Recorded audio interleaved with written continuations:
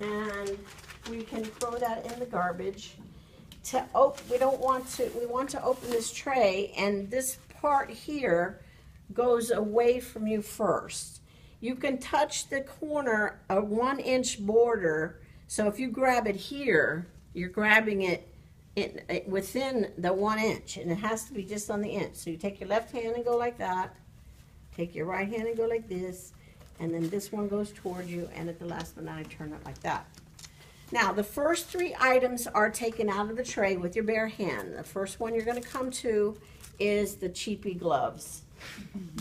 The second thing you're going to come to is a drape, which has a plastic side to it, which is like a chucks. It's going to go against the bed in case you spill anything on it. And then you're going to take your red bag out, and you're going to place it right here. Now this is a wet to dry dressing, and now I'm going to take the dressing off.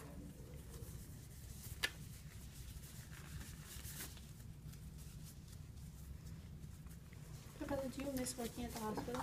No, I do it with students now. Well, on Thursday, Friday, I'm in the hospital all day. It's funny.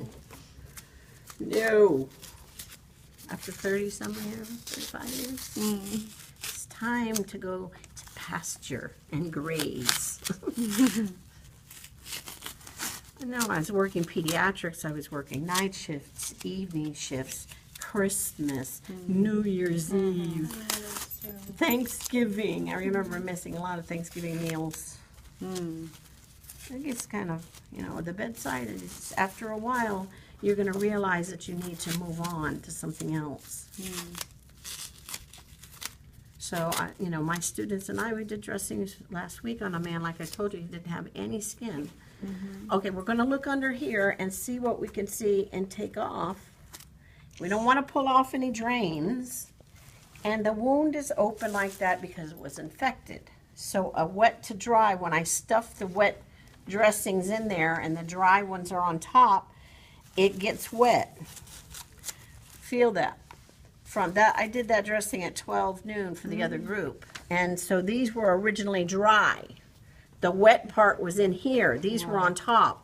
So it pulls stuff out of the wound. So each time you take it out, you're cleaning. It's called like a natural debridement with the mesh of this stuff is in there. I have a neighbor who has that. And they tend to scar.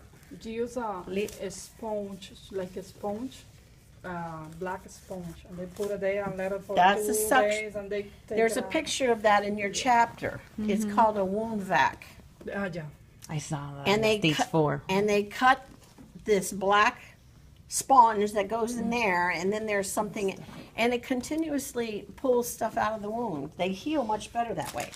Now, supposing I realize that the wound is pretty extensive and I need more gauzes, you can add more stuff at this point to the tray if you need it. So you can't go over, you can't cross over your tray.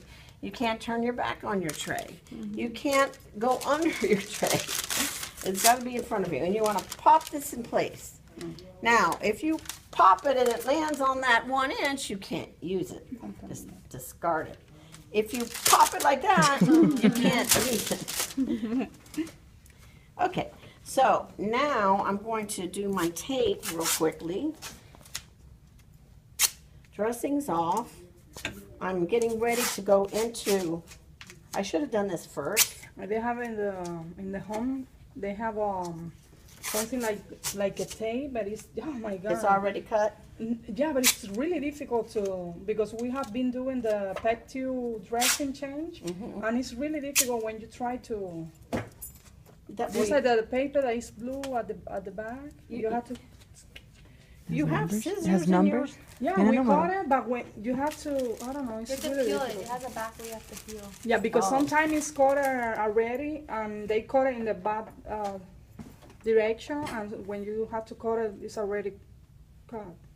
It's difficult. Okay, now this is the shitty gloves that were in there, and when you take them out, this is what they look like. So again, I'm just going to situate it. I put talcum in after this morning's class, so look how nicely it goes on. it wasn't that way this morning. Now this, if I forgot to get the cap off, you have to stick it under your armpit. Just don't squeeze it too hard or you'll get your left breast all wet.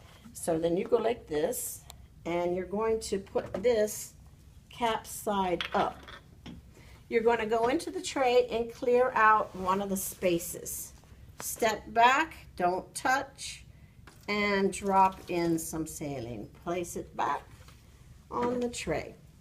Now we're not going to use all these things in here. We're going to use that. We're going to use some of the gauzes. We're not going to use these, but I don't need to remove them, but I do need to get to my forceps. So now I'm going to put my other glove on. Be careful not to drive this over into the tray. Be careful not to go off like that. You can pick this up and put it anywhere, but you got to get your 4 fingers like this. That finger out. Wiggle, wiggle, wiggle. Get that thumb in. And now we're in place. Grab my forceps. Take out the old dressing. Grab a sterile dressing. Squeeze it out. And it's going to fit about, you don't want to overpack the wound. It becomes painful. So you don't want to pack. You loosely put it in there. And you fill it up. And I want this nice mesh to be against the tissues. So, and don't be going, I see students doing that. As I said, you know, you're not stuffing the Christmas turkey. This is a person's wound. And so you can't put this onto the tray, so you have to hold it always. I was like telling my group this morning, we had this little Mexican gangbanger guy. He was like 22 years old. Tattoos all over his body and an incision just like that. And I had draped everything like this, and I was 3 students there, pretty students, and another student over there, and me here telling her what to do, and I'm looking at the thing. We come back, his penis is out in his wound. Oh my God. And he's like, it was about that long, and it was over the whole incision. But it was with, And I was like, oh my. with an erection? Erection. Boy, we were messing around with the tray. I had Oh my God. draped it so it was it snuck out of the covers. When he had, and he was holding his eyes like this because I know he knew. As a pretty girl's watching his stomach, and he got his erection, and he was like this with his eyes. And I thought, what am I going to do? I didn't have gloves on. I said, that was the gloves. And I had to push it over and hold it down. I said, quick, stuff this. You don't say anything? No, he didn't say a word. His eyes were closed, but all of We us. could see what's going on. Our That's for faces sure. were bright. This red. Oh my God. Now this is going to go in the sharps container, so I'm going to drop it here. I kind of just stuffed it under the covers and held the covers down by his hips like this while she stuffed quickly. Oh my God, how embarrassing all that. I'm not going to use this, so I'm going to, I don't want to put it in my tray. I can't reach over to the sharps container because I'm sterile. So I'm just going to put it here for later. I can get rid of it. And now I want to do the layer of, the Subway sandwich layers. And how often do you change a wet It's a dressing? doctor's order. Could be every 8 hours.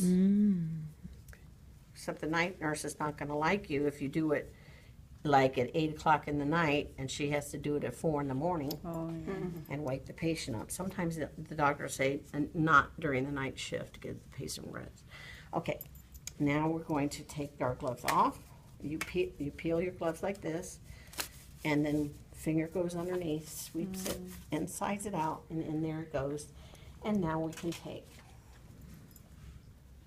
You want to be sure you have enough on the skin, because when you don't tape the dressing right and the patient stands up and the whole thing falls off, they look at you like, okay, dummy, you didn't do that right. Now I have to get back in the bed, lay down while you do my dressing again. So you want to really secure these dressings. Now, if it was a dressing that was being done like 4 times a day, taking all this tape off is very irritating. So what you would do is get something called Montgomery straps. And that's a big piece of tape, like just like this, and it's here. And there's another one here, and it has holes in it. And you put these little strings and tie it.